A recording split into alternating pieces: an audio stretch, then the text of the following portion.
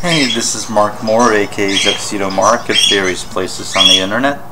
It's 10:46 a.m. according to a computer clock on Saturday, October 27, 2012. And in this vlog, I'd like to share my thoughts on a movie that I saw recently called Sinister. It's a new horror film. Now, I'm not into horror films, really. Not too much. But my niece and her roommate were visiting down here from last Wednesday until Sunday. And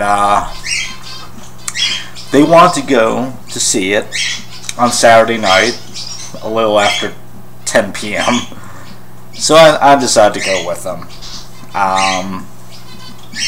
Yeah, so I never heard of the movie before, but as it turned out, I didn't realize it until sometime into the film, but I had seen a trailer for it when I'd gone to see Resident Evil Retribution. Okay, so how was the movie? Well, okay, first I'll go over what the movie's about. There's this author. He used to write fiction. Now he's writing like true crime non-fiction books, and he always wants to move his family around to the neighborhood where some infamous grisly murders took place or whatever. And this time he takes it a little too far. He moves the family directly into the house where the murders happen. He doesn't tell his family this right away. The wife finds out on her own later on, and she's quite upset about it, understandably. Anyway, they're not welcome there. The sheriff is not welcoming at all, and the only friend that the author makes is one of the deputies who happens to be a big fan of his. Now, apparently, people are giving them a hard time, like the townspeople are, staring at them and, making comments and stuff. We never see this because it all happens, like, elsewhere in the town outside the house, which we never see. Most of the film is just in the house or directly outside the house, like in the yard. So, we really never see what's going on out in the town. Okay. What takes up a large portion of the film is the dad finds a box of old home movies on Super 8 tape in the attic.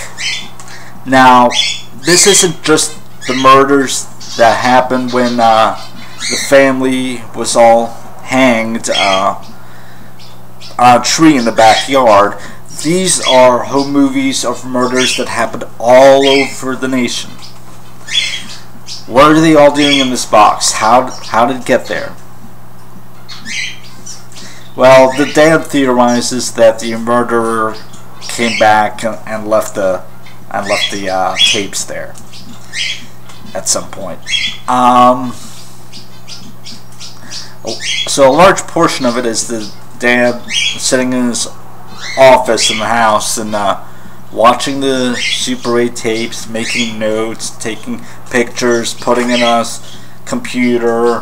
He finds like he also finds some drawings, and he finds a figure wearing like a mask or just a freakish figure in each of the tapes, which he puts together as a murderer. And he finds these childlike drawings, and the figure is referred to as Mr. Bookie in the drawings.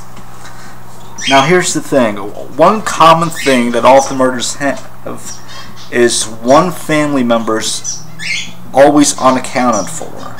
No body's ever found, so they're missing. And it's always a child. Another thing that the deputy puts together is that each family that was murdered had moved, had like previously lived in a house where the previous murder had taken place, and it's a big chain. You know, family gets murdered, another family moves in, then moves out, and then they're murdered, and then another family moves into their house and moves out, and then they're murdered. Yeah, so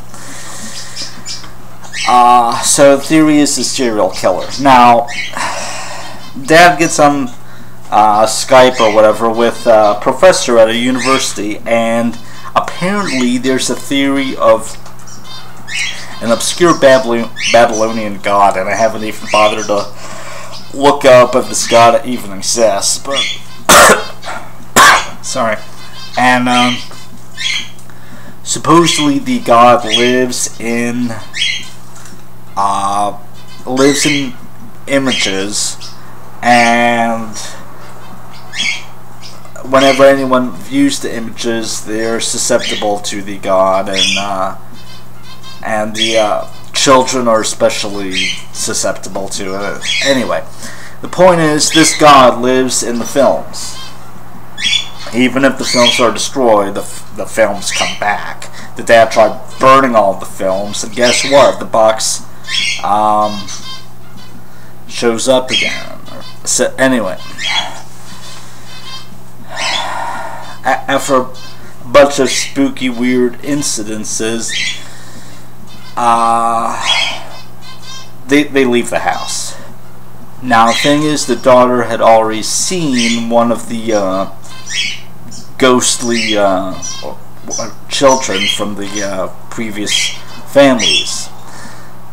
She doesn't tell her dad, obviously. Anyway, they move back, I guess, to their own old house.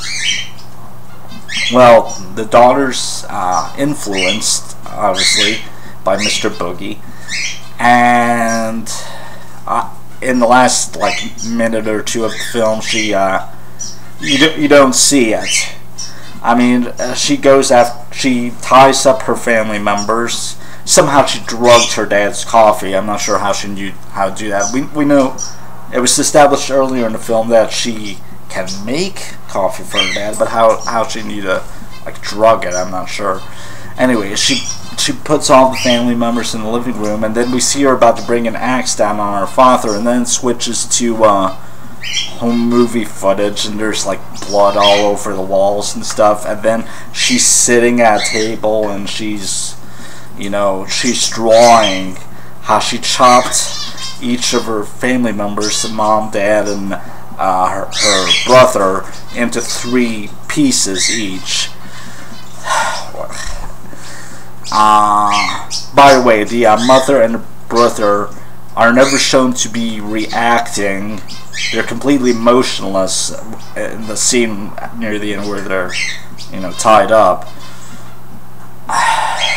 So yeah, then the box of home movies appears in the attic with the latest home movie about this family being killed. Oh, by the way, Mr. Boogie takes the daughter into the film.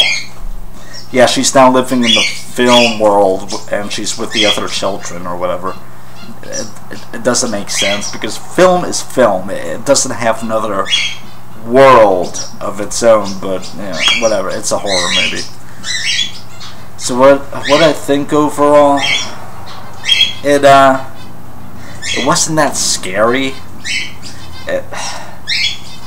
It didn't give you a feeling of dread.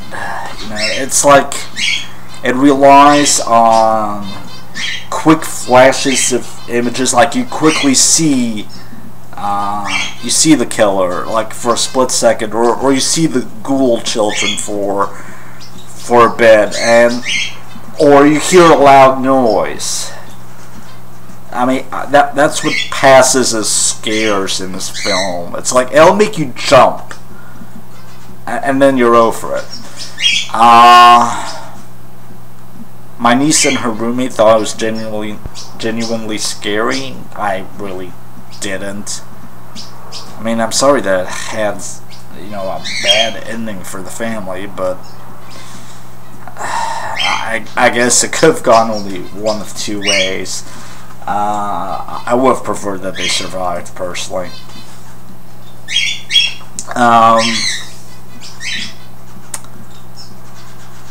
That's about all I can say. I mean, if you're into horror movies, you might be into this, maybe, but I didn't really care for it. So guess that's about it. 10:57 a.m. and thanks for watching.